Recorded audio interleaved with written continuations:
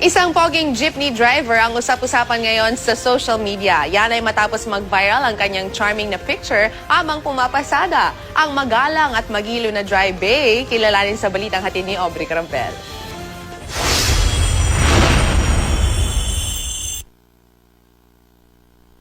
Matapos sumikat ni na Carrot Man, Cabbage Man at Gasoline Man, viral naman ngayon ang litrato ng poging jeepney driver na bumabiyahe sa Tagaytay na nakuna ng isang Facebook user. Hinanap namin ang jeepney driver. Una naming pinuntahan ang terminal ng jeep sa Tagaytay. Kuya, kilala niyo po. Kilala ko po yan. Ini yung aming membro yan.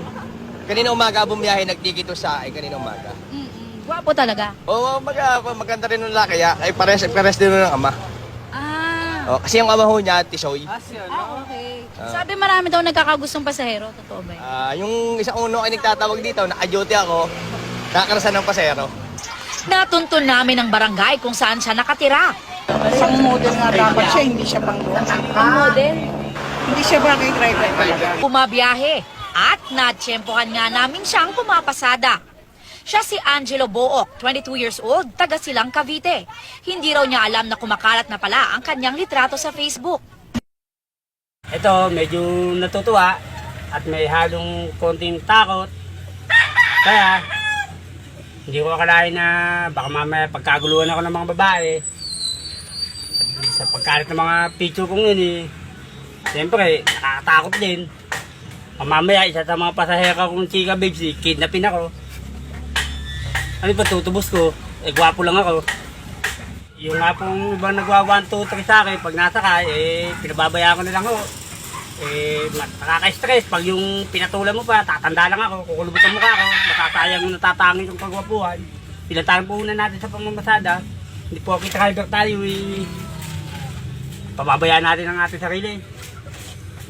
So, kung gusto nyo, kung makita, sabakay kayo sa jeep ko, basta driver, pit lover. Tapos ng high school si Angelo at dahil sa hirap ng buhay ay napilitan siyang tumigil sa pag-aaral.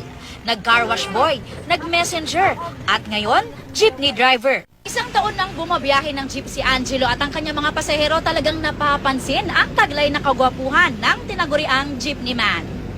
Pogi po. Kung ganyan ba naman lagi ang driver, di maraming sasakay sa jeep niya.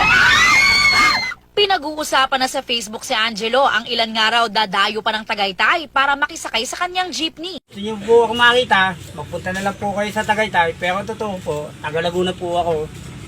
Anong oras na po ba? Baka pwede pong bumati. Binabati ko po yung nanay ko, tatay ko, kapatid.